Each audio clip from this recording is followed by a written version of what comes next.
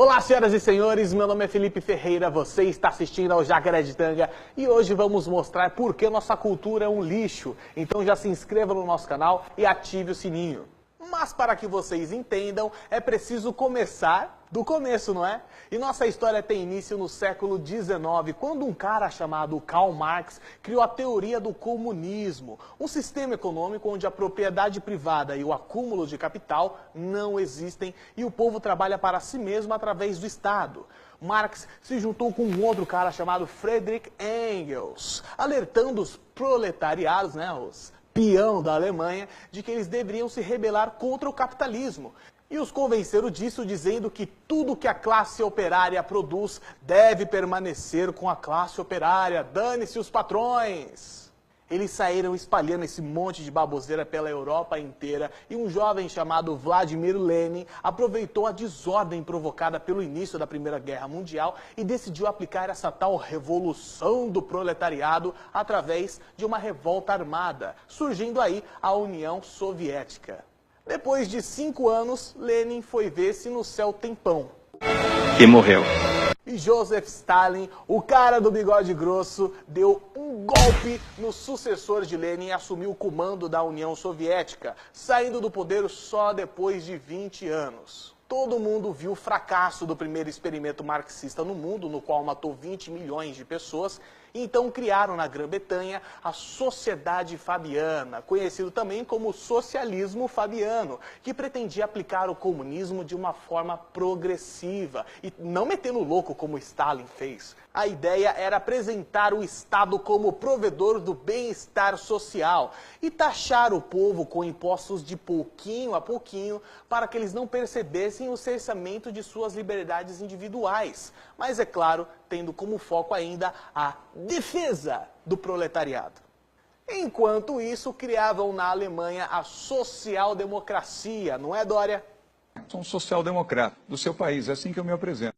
Muito parecida com o socialismo fabiano, esse sistema também pretendia libertar os trabalhadores dos malvados capitalistas burgueses e dizia lutar também por aqueles que sofriam preconceito pela sua cultura ou situação econômica. Já na Itália, o jornalista e líder do Partido Comunista Italiano, Antonio Gramsci, escreveu, enquanto estava na cadeia, o seu livro Cadernos do Cárcere, e chegou à conclusão de que a União Soviética fracassou porque uma ditadura comunista jamais resistiria sem uma hegemonia cultural. Então, Gramsci propôs o controle do sistema educacional, das instituições religiosas e dos meios de comunicação. Que nós vamos ter que regulamentar os meios de comunicação nesse país. E diante disso tudo, um outro alemão chamado Felix Well chegou à seguinte conclusão: com as bases da sociedade destruídas, o Estado cada vez mais vai ser visto como necessário para corrigir esses problemas. E foi assim que nasceu a Escola de Frankfurt, que, ao contrário das escolas tradicionais, passou a deturpar os valores morais e cívicos que sempre foram estabelecidos pela igreja e pela família.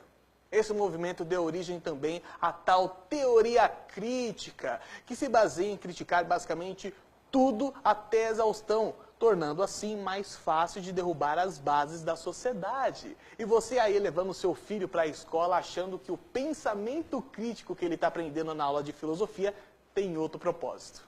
Enfim, esses estudos serviram para criarem na França o desconstrucionismo, que tem como fundamento distorcer a ideia de algo para que aquilo ganhe um novo sentido. E foi esse desconstrucionismo que deu origem ao politicamente correto, afinal ele relativiza a moralidade de acordo com as suas necessidades políticas. Um membro da Escola de Frankfurt e também do Partido Social Democrata Alemão, Herbert Marcuse, é difícil falar o nome desse pessoal, né? O vídeo inteiro só com nome difícil, impressionante. Herbert Marcuse admitiu que o capitalismo foi um sucesso e tornou a vida dos proletariados boas demais para usarem eles como ferramenta de revolução. E foi aí que a esquerda passou a adotar a primeira minoria, os criminosos, que até hoje são as vítimas da sociedade. Ele determinou também que a masculinidade e a feminilidade não eram diferenças sexuais essenciais da natureza humana, e sim construções sociais, e defendeu que a libertinagem sexual seria uma reação aos malditos conservadores. Foi aí que nos Estados Unidos nasceu a New Left, uma esquerda humanitária que focava em pautas progressistas bonitinhas, como a defesa das minorias, o ambientalismo, o feminismo, mas sempre com o mesmo objetivo final, a revolução. Nos anos 80, a New Left serviu como base para outro pensador comunista, o Saul Alinsky, que tinha como base 3 premissas. A primeira delas, a desinformação. Porque, segundo ele, não se pode contar seu objetivo final ao povo, porque ele pode se assustar e não apoiar a causa. A segunda é o niilismo político, onde tudo vale para que a revolução aconteça, sem valores, sem regras, como se a corrupção fosse necessária para chegar ao poder. E o terceiro pilar é a difamação do oponente pela extinção de sua vida pública, igualzinho ao que fazem com o Bolsonaro aqui no Brasil. Foram justamente os pensamentos desse Saul Alinsky que serviram de base para o Lula chegar ao poder junto com seus amiguinhos do PSDB, MDB, PCdoB e o escambau. Saul Alinsky achava que o coletivismo era a chave para a desconstrução do capitalismo que Marx tanto pregava. Para ele, o esquema era dividir a sociedade em classes e fazer o povo brigar entre si para conseguir o apoio das minorias que, na verdade, são a maioria.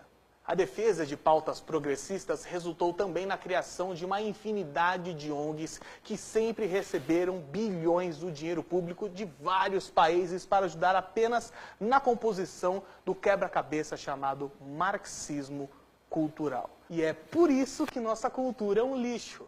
É por isso também que estamos perdendo crianças para o tráfico. Por isso estamos nas piores posições de ranking de educação, por isso estamos indo cada vez mais para o fundo do poço. O marxismo está enraizado na nossa cultura. E não pensem que o Bolsonaro vai conseguir reverter isso sozinho, porque não vai. Não vai. Bolsonaro é só o começo. E estaremos livres de toda essa podridão só daqui a muitos e muitos anos. Saibam que se depois do governo Bolsonaro elegerem outro socialista, todo o trabalho que estamos fazendo vai ser em vão, porque o Brasil não aguenta mais um governo socialista.